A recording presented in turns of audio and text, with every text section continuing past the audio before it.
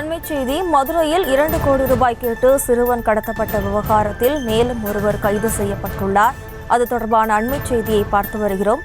மதுரையில் 2 கோடி ரூபாய் கேட்டு சிறுவன் கடத்தப்பட்ட விவகாரத்தில் மேலும் ஒருவர் கைது செய்யப்பட்டுள்ளார்.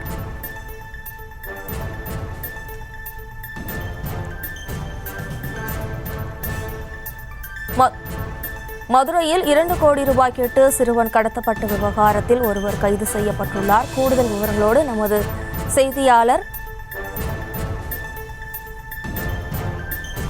பாலமுருகன் இணைகிறார். வணக்கம் பாலமுருகன், மேலும் விவரம்.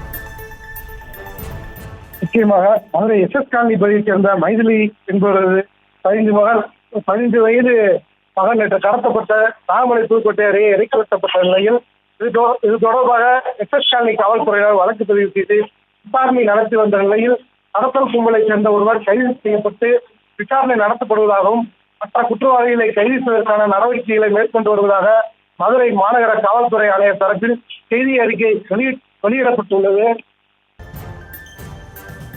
விவரங்களுக்கு நன்றி பாலமுருகன்.